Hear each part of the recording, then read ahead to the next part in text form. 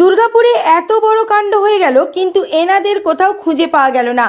আসানসোল দুর্গাপুর উন্নয়ন পর্ষদের মূল প্রবেশদ্বারে রাজ্যের পঞ্চায়েত গ্রামোন্নয়ন ও সমবায় মন্ত্রী প্রদীপ মজুমদার এবং সাংসদ কীর্তি আজাদের ছবি সাঁটালো বিজেপি বিধায়ক লক্ষণ ঘড়ুই।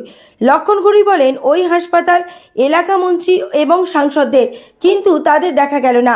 সেই জন্যই আমরা না, মানুষ এই পোস্টার দিয়েছে। পাল্টা জেলা তৃণমূলের মুখপাত্র উজ্জ্বল মুখোপাধ্যায় বলেন, রাজ্যের মন্ত্রী প্রদীপ মজুমদার প্রতিটি পাড়ায় পাড়ায় পৌঁছায়, মানুষের সুবিধা অসুবিধার কথা শোনেন।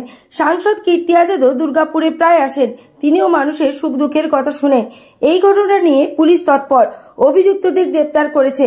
মুখ্যমন্ত্রীও কড়া পদক্ষেপ নেওয়ার জন্য পুলিশকে বলেছেন। কিন্তু দুর্গাপুর পশ্চিমের বিজেপির বিধায়ক তিনি বলছেন তারা নিখোঁজ, বিজেপি রাজনীতি করছে, নির্যাতিতার বাবাকেও হাইজ্যাক করে নিয়েছে। পশ্চিম বর্ধমানের দুর্গাপুর থেকে নিমাই দাসের রিপোর্ট, বাংলা এমজি নিউজ।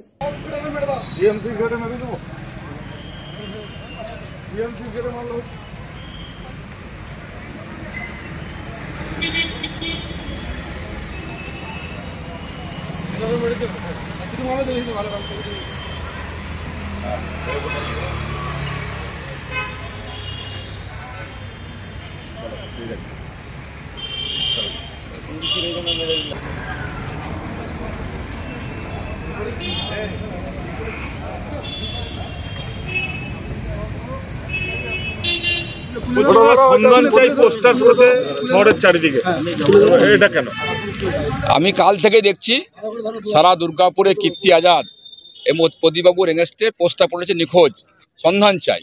এটা কেন বলছে মানুষ? তার একটাই কারণ, দুর্গাপুরে 3 দিন ধরে যে নারকীয় ঘটনা ঘটেছে, যে পৈশাচিক ঘটনা ঘটেছে, যে আমাদের উড়িষ্যার বনটি রেপ হয়েছে, প্রদীপবাবুর এলাকা বা কীর্তিবাবুর এলাকার মধ্যে পড়ে কিছুটা, তারা কেন সামনে এলেন না? তারা কেন বাইট দিলেন না? তারা কেন মেয়েটির পক্ষে থাকলেন না? কেন ধর্ষণের বিরুদ্ধে কথা বলছেন না? তাই মানুষ প্রশ্ন করতে, কোথায় একজন এমপি, একজন মন্ত্রী, পাশে বাবু নয়ন চক্রবর্তী, তারা কোথায়? আমি বলছি না, মানুষ বলছে তো পোস্টার দিয়েছে। মানুষ বলতে পারবে আমার যে মনে হয়েছে ফিলিংসটা, কেন পোস্টার দিল, কি কারণে দিল, তার ব্যাখ্যা হচ্ছে এটাই। তার মানুষ বলছে কোথায় তারা?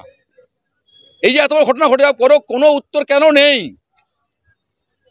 যখন দুর্গাপুরে একটি গরুকাণ্ডের ঘটনা ঘটেছিল, সেই ঘটনা কেন্দ্র করে সারা দুর্গাপুরে বিজেপি কর্মীদের বাড়িতে আক্রমণ, একের পর এক কেস দেওয়া, ঘর থেকে তুলে নিয়ে আসা, আর 6টি মুসলিম ছেলে আমাদের মান সম্মান বাংলার ইজ্জত নষ্ট করে দিল।